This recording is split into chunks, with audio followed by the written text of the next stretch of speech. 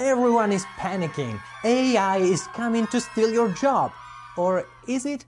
Is it the death of creativity? Or can it help us avoid tedious tasks to better focus on telling a great story? Are we overreacting? Please remain calm while we capture you. I'd love to read about what you think in the comments. In the meantime, I sat down with one of the artists I admire most, the amazing Tom Moore, co-founder of Cartoon Saloon, who in the midst of the CG revolution stood his ground to build a studio that nurtures hand-drawn animation and whose tenacity led to unbelievable success.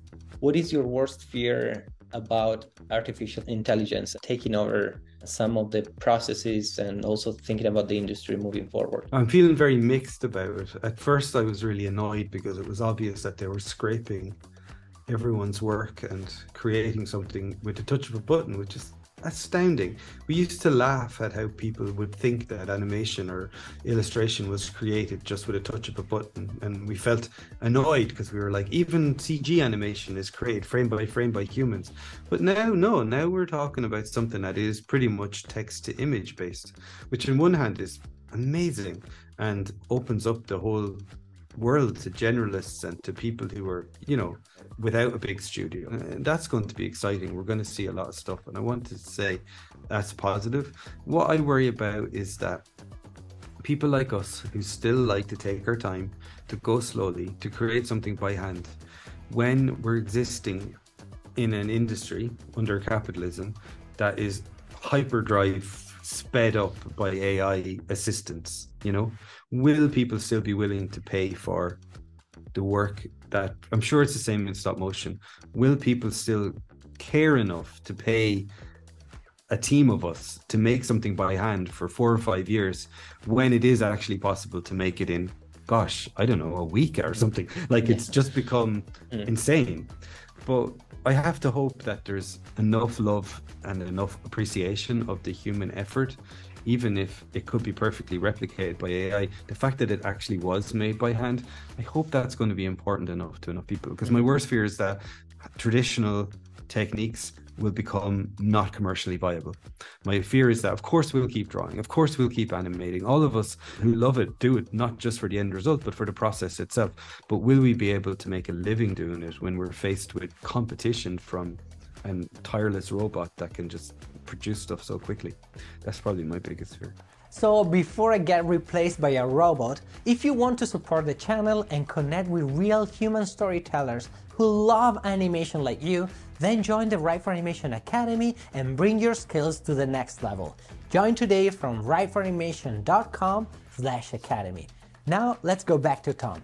When processes are getting, maybe not the art part, but other process and renders and pipeline in general, like the tech aspect that gets in the way sometimes of the art, it gets cheaper, then we have more plural voices and more. But I train in drawing and painting with a guy called Raymond Hoosman in the Netherlands, in Amsterdam. I spent 4 months with him last year, and I was learning really traditional Dutch painting, oil painting techniques, and AI can mimic it in a heartbeat. I'm blown away by how well it can take, all Rembrandt's paintings and produce a new Rembrandt that he never painted. That is amazing. But the way Raymond looks at it is that this sliver of people that still care to buy an oil painting painted in the Dutch Old Master style has already been pre-selected by the fact that photography and Photoshop and so many other things have already been around. But there's still this market for people who really care about this old-fashioned thing. That's my little sliver of hope, that we can use all the other stuff. And it's not like Raymond doesn't use photo reference. It's not like he doesn't use, it's not like he paints by candlelight. He is using mud, but he's still painting with an old technique. And that's what I'm hoping to replicate in Saloon, that we stick to our guns with this relatively old-fashioned way of working, but we use technology, as you say, to speed up and to help us in all the areas that are kind of drudgery. And that's an ongoing conversation. What's drudgery? To some people, animating is drudgery and they just want to capture themselves and put a filter over it. And then other people really love to paint frame by frame each drawing. And where's the value and where is the value in the process? And that's going to be the discussion for the next few years, I think. Where is the soul? I think that what do we keep and what do we automate? You know, I'm happy to watch endless content created by enthusiastic amateurs who are now able to produce professional stuff, of course, but I hope that we can keep that little slice. Just like there's room for photography, there's room for Photoshop, there's room for everything, there's still a little slice that's there for people who want to paint in oils traditionally.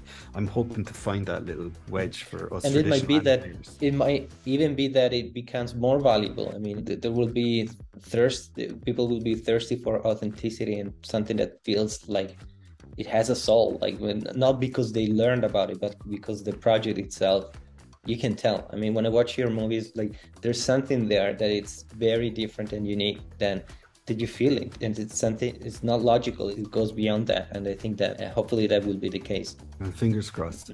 So let's keep our fingers crossed, because if used ethically, AI can transform the animation industry for the better. Sure, we'll have to adapt, but imagine a near future where the cost of an animated film is drastically reduced. Suddenly there is space for new indie studios and new voices creating unique projects for more audiences. And the good news for you is that what's going to ultimately stand out is a good story with a heart. So if you want to hone your storytelling skills, click on this playlist to keep learning from the top talent from Pixar, Netflix, Disney, DreamWorks and more. Thanks for watching, and I'll see you in the playlist.